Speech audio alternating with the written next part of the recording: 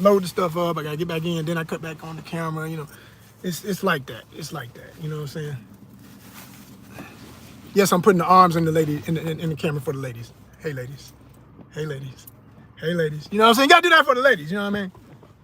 Fellas, do some push-ups. Shit, don't be mad. Do some damn push-ups. Anyway, seriously, y'all, let's talk. I was talking about how, man, I'm starting to get sweaty already. Not funky, but sweaty, definitely. It is warmish out here. I'm serious, for real. Feels good when you get out in the car, though. It's a breeze and everything. So what I was talking about was, I was saying how I have visually noticed the immediate changes in what's starting to happen because of all the craziness going on. And people say the word political. I say, hey, this is deeper than politics. This ain't politics. This is survival. This is survival at this point. Survival of the truth. Survival of the true woke. The true woke. Did you know that the word woke was first used? I found this the other day. I posted this on something. First time it was ever used in popular culture, or one of the first times. Legendary blues singer. A legendary blues singer was singing about it in a song. I'm trying to remember his name as I say this. He's a famous, he's not one of the, like, you know, like Muddy Waters. He is famous. He's just not one of the first ones that always come to mind, like a B.B. King, and Muddy Waters, Howlin' Wolf. These are people I know I like.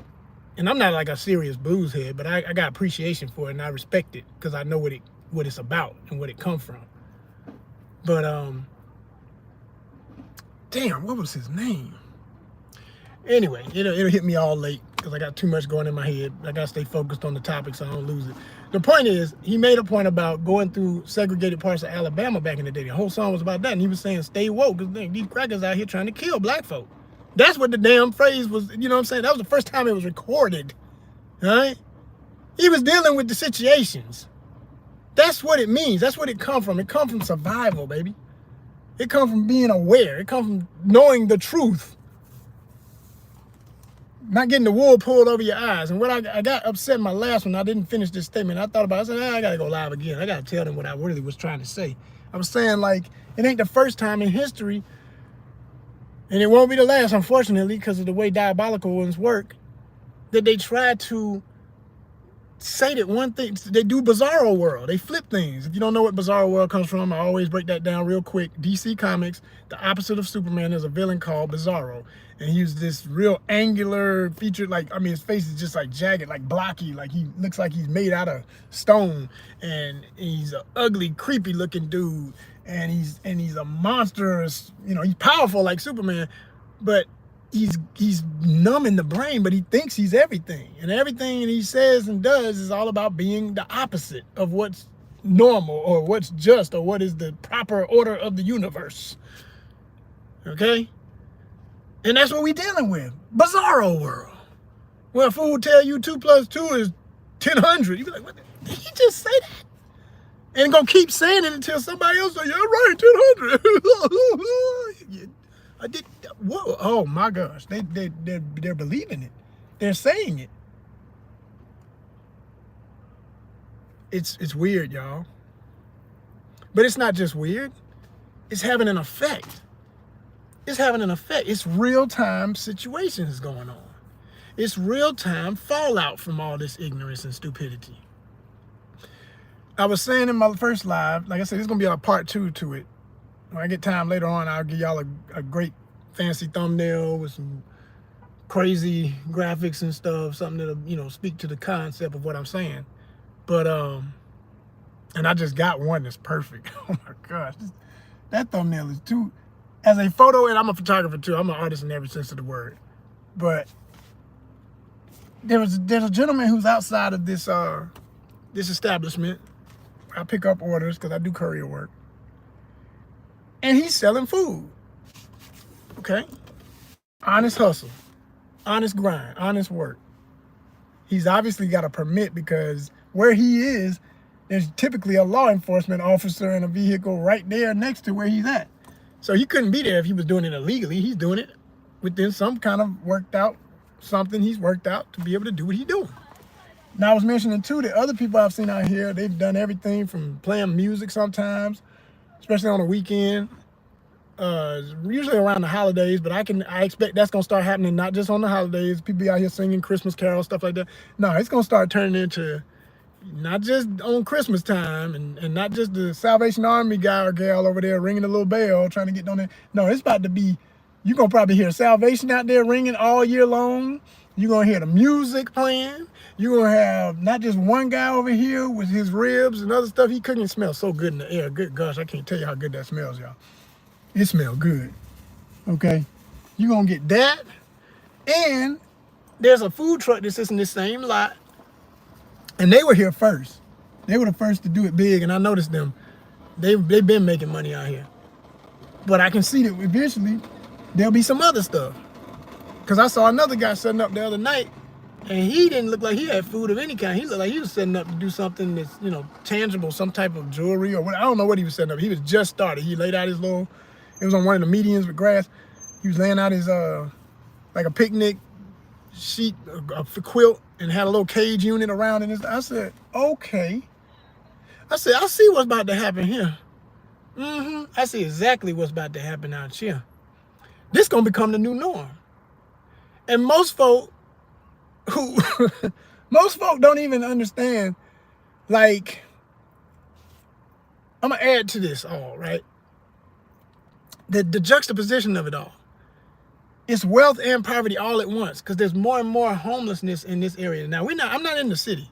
This ain't the show enough city of Atlanta. This is metro area. Metro area is a sprawl. It's like saying LA County if you ever been to Los Angeles. Okay, that's a lot like, I always say Atlanta's a mini LA in its own way. It's nothing, it'll never be LA, thank goodness. It is what it is. It's its own thing.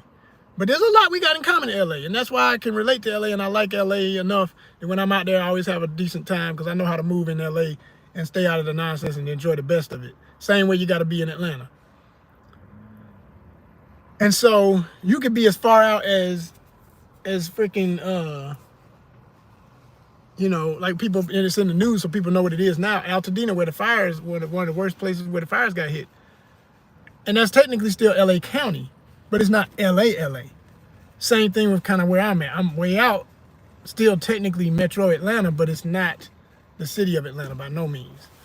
And you got people who are definitely heavy homeless issues, have been for many years, quite frankly, in the city of Atlanta, like every major metropolis in America. But it's reaching a fever pitch when people can't pay a hospital bill and they get kicked out of their beds onto the street. When people can't pay a water bill that's illegal any damn way because they're charging people stuff that for broken pipes, messed up water systems and everything. You overcharging people for water and all this other nonsense, and don't even get into the electricity. So it just goes on and on and on for all the reasons why. You add that up with also people losing their jobs, and you can see why we got these homeless problems and all this stuff, right? Now, the further away you get away from the city, you might have people who have always been kind of on the borderline of straight up poverty. Some of them are straight up poverty, whatever the case may be. And then you got people who are living super rich. I'm talking about fancy. It's a juxtaposition of energy in the show enough way out burbs. Like you got, man, there's some subdivisions out here, it'll rival anything. And I do mean anything you would see in Buckhead. The people who talk about Atlanta never been to Atlanta. They may have heard about Buckhead. Yeah, Buckhead is like saying Hollywood. Yes, just like Hollywood, there's a lot of rich neighborhoods in Hollywood. And it's old money and all that. There's a lot of older money and even sometimes newer money from older areas that's, you know, getting built up and turning into all these new subdivisions with these new big huge 1.2 million nothing less than $500,000 homes and stuff, and all that'll be right around the corner with a development to something where it's like people living in some shanty looking mess, some trailer park stuff, literally trailer parks, rundown houses where you can't even barely see the house because there's so many cars broken down in the yard and trash and old kids' toys and all that whole look. Okay, you can imagine. And before you go and try and put one demographic of ethnicity on it, oh, guess what? Oh no, that what I just said, that can be black, that can be white, that can be Latin. Oh yeah, all three included in this package. On average, it's poor white. Where out in these areas I'm talking about. Now, what's crazy too, and we talking with poor white, of course, you know, poverty goes with the education. So less educated, the third grade dropout, the one who may have still been able to do some mechanic work or other type of labor like that for a long time, and they were doing okay. But when the company starts laying off mechanics, because we got robots now, and when the rich, white, black, or otherwise, that come out and get in the big $1.2 million home, and they order all their groceries, and I'm the one delivering, and people like me doing this as a side hustle to our real dreams and what we here to really give y'all, what we really here for humanity to be. All right, but we got to do whatever we got to do in the meantime to stay afloat. See, when I'm delivering to those, and I get the juxtaposition of everything I'm talking about, I see every demographic I'm talking about. I know how they eat, because sometimes you do the shopping for them. I know how they eat. I know how they think, because I see how their homes are set up. I see the order of sometimes when they come out and their demeanor and everything. I see the nice ones. I see the ones who are suspicious and kind of weird, and you wonder if they crazy and they're going to give you some problems, but most of the time they don't, you know. But people are weird because they get their little stereotypes of everybody, and then when you look like what they think is going to be one thing, you open your mouth, wow, you're intelligent, my pants ain't hanging out my ass, never would. Yeah, I got a BFA. Yeah, I am talented. Well, why the hell are you doing this? Because I'm an artist, and this society does not respect the arts. Not fully. They handpick, they cherry pick the arts. They allow a few folks to come through the gates of the gatekeeping. But thanks to the beauty of things like YouTube, thank you, YouTube, we can figure out a way to make it. We gonna be all right. We gonna be all right. Do you hear me? Do you feel me? We gonna be all right. Can't wait for the Super Bowl. What? Kendrick, baby. Can't wait for that halftime. That's the real game. Fly, Eagles, fly. Whether they do or die, and they gonna do. Kendrick at halftime, damn it. But yo, so as I say, you know, it's weird. It's weird in its bizarro world. Because all these people, I mean, more and more ordering their groceries because they don't want the hassle. It's like, because why? Gas is high. They start doing the math. They say, okay, if I can get a little special incentive through the app where start with a free trial, and depending on how much stuff you order, you might be able to get kickbacks and all kind of other stuff where it makes more sense for me to just not stay at home on the weekend or whenever I decide to order my groceries. And even though you're not picking all your fruit and somebody else is picking it for you, and you're hoping they pick what you would want them to pick or whatever, which is the part of it I can't ever wrap my mind around, because I can't. I'm not saying never. I'm not saying never, but I don't personally see myself ever using this. I just be a client of it, because I don't want nobody else picking my groceries. But they are doing it, whether rich or poor. Because they don't it's either, man, I ain't got the gas I got to just get gas to go to work, and that's it. So let me just have this delivery for the groceries. I don't have time. They got kids. You got to deal with the kids, whatever they got going on with them. Okay. So I see the reality of it. But when they start losing their jobs, when the mechanic gets kicked off from the line because the robot took his job, or the shade tree mechanic can't even fix, ain't no more shade tree cars to fix. Ain't no more busted up cars to fix no more. Because, you can't even go get the parts, because some of the parts stores might be closing, even though they opening more and more of them, because they know that that's going to be a reality, that people going to be holding on to their vehicles longer. But it's kind of silly at the same time, because unless y'all getting ready for the wave of electronic vehicles, if you still worrying about a gas guzzler, that's a poor business decision, because that's going to die eventually. Okay? So I'm seeing all of the fallout, and what I'm witnessing in real time is, like I said, in this parking lot, the hustle is on. The legit hustle. People are they selling food, they selling trinkets. And I said in my last video, and this I realized after I got out, I said, wait a minute, I focus too much on just ladies, for example. I don't want people to think I want some sexist stuff. No. No, we can give equal just due to those who are foolish enough to go for the nonsense and put us in this situation.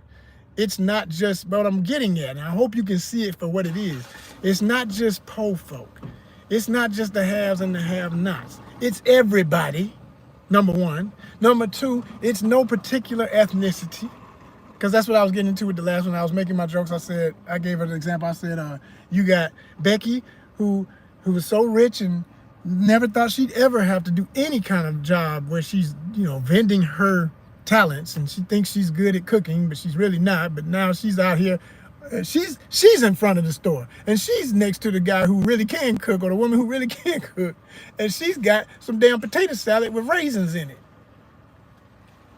hoping somebody want it. And next to her, you got Sharonda, the educated PhD black woman who never learned how to cook a day in her life. Will not cook, will not clean. I made the joke about the song that Cardi B made popular with her track, or the chorus. I don't. These weak phones, I swear to gosh, they kill me with this. I'm overheated. You're not overheated. You're overpriced is what you are, phone. They make black boxes that survive airplane crashes. How the hell is a phone that costs what these phones cost not able to deal with a little bit of sunshine on the back of it while you're talking in a car? Anyway, I digress. As I was saying, here we go.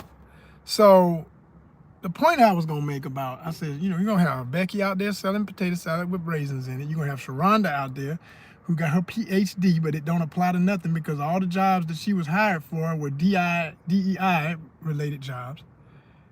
And unfortunately, those jobs are being knocked off by this regime of terror. So she's wondering how the hell is she gonna survive, because she don't cook, she don't clean, and she don't have no talents other than pushing paper and bossing people around. And on the corner in front of this store, she ain't nobody, and ain't nobody gonna take no shit off her either. So maybe she'll help Becky clean up her table when she finishes for the day, and that'll give her a few chips. She'll help Becky sell, because they go to the same, or they used to go. They used to go to the same golf club. But yeah, but that place, it's still in existence, but their husbands left them because they got so rich recently off of crypto that they left them stranded. They got a divorce that they had been threatening for years, and they just left both of them. So they don't have the money they used to, and I mean, they're about to be roommates in the same apartment because neither one of them can afford the expensive apartments they got to try and maintain their fancy lifestyle after their divorce.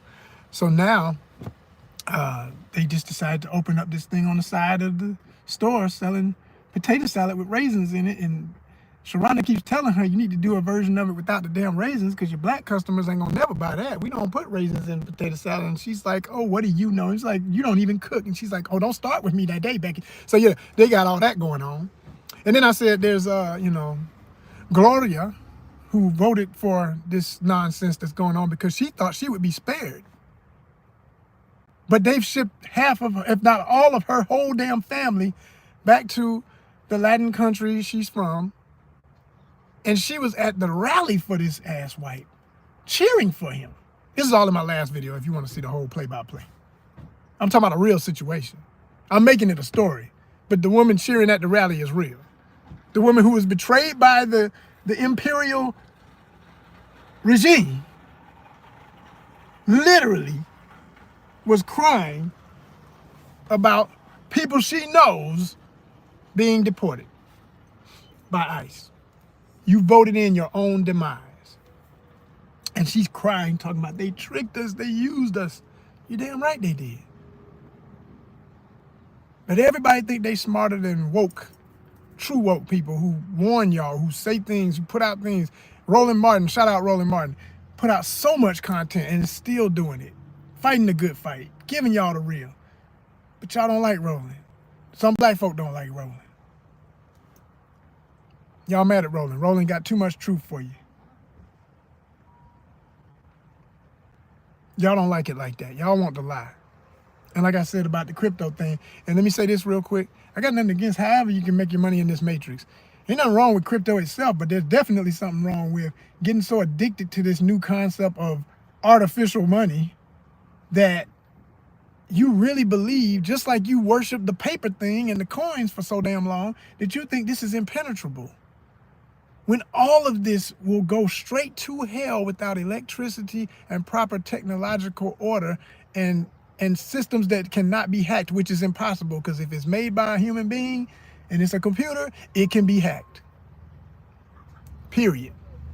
And if it can't be hacked, because that's a joke, because some of y'all, yes it can, because you're in technology and you worship the god of tech. Okay, what you gonna do without electricity? Because all of that's possible to happen.